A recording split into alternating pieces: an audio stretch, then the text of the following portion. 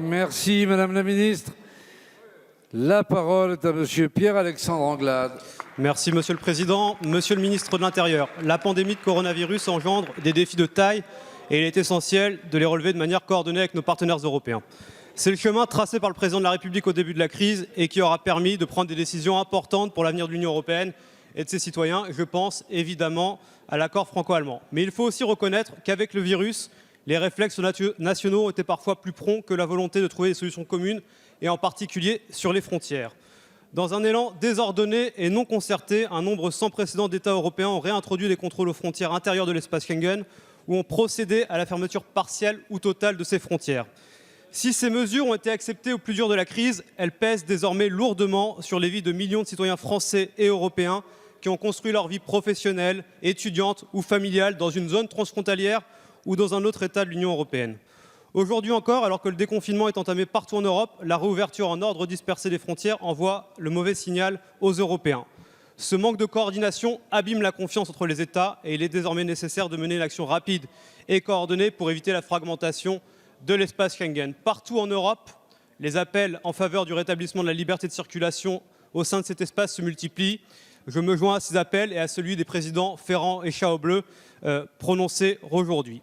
L'Europe ne peut pas être un grand espace de liberté par temps calme et se transformer en un agrégat d'États se méfiant les uns des autres lorsqu'une crise se présente sous peine de perdre tout son sens et le soutien de nos concitoyens. Monsieur le ministre, je crois dans la souveraineté, dans les souverainetés nationales qui sont celles de nos États, mais je crois aussi dans la souveraineté européenne, car les défis à venir ne sont plus seulement à l'échelle de nos nations. Cette crise le démontre à nouveau. Et lorsque l'on parle des frontières, les mesures que nous avons à prendre, nous devons les prendre à l'échelle de l'Europe, car c'est dans cet espace que nous avons construit nos libertés et que nous aurons à construire dans les mois et les années à venir les moyens de nous protéger. Aussi, Monsieur le Ministre, pouvez-vous nous dire quelles sont les mesures que la France et ses partenaires européens entendent prendre pour rétablir la liberté de circulation et à quelle échéance le droit fondamental des citoyens européens à se déplacer sera garanti? Je vous remercie. Merci Monsieur le député. La parole est à Monsieur Christophe Castaner, ministre de l'Intérieur.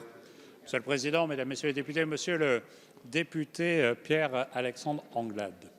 Le 18 mars, la France a fait le choix de fermer ses frontières, comme de très nombreux pays européens, pour limiter la propagation du virus, pour protéger nos concitoyens et pour faire en sorte que nous puissions organiser au mieux le combat qui a été mené partout en France contre le Covid-19.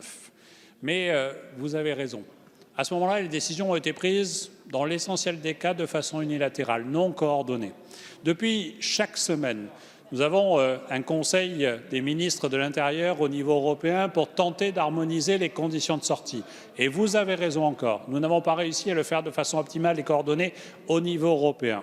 Mais ce que je veux vous dire, et vous le savez, c'est que de façon bilatérale, avec chacun de mes collègues ministres de l'Intérieur des pays frontaliers, nous avons fait en sorte que, notamment pour les près de 360 000 Français qui travaillent dans le pays voisin, nous puissions garantir le bon déroulement du transport vers leur travail.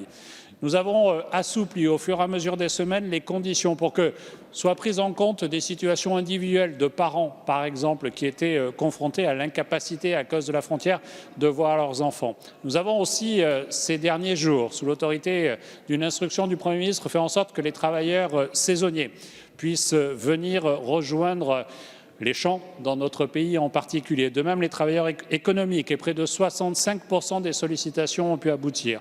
Mais maintenant, il est nécessaire que nous puissions coordonner tous ensemble les conditions pour retrouver les conditions normales de circulation dans nos pays. Et je dis, le Premier ministre et le Président de la République, sur la base des informations sanitaires dont nous disposerons, seront amenés à prendre décision pour que nous puissions, en infra-Schengen, retrouver au plus vite les conditions normales de libre circulation au sein de l'espace européen. Bien évidemment, cela sera décalé, vous le savez, au-delà de Schengen. Je vous remercie.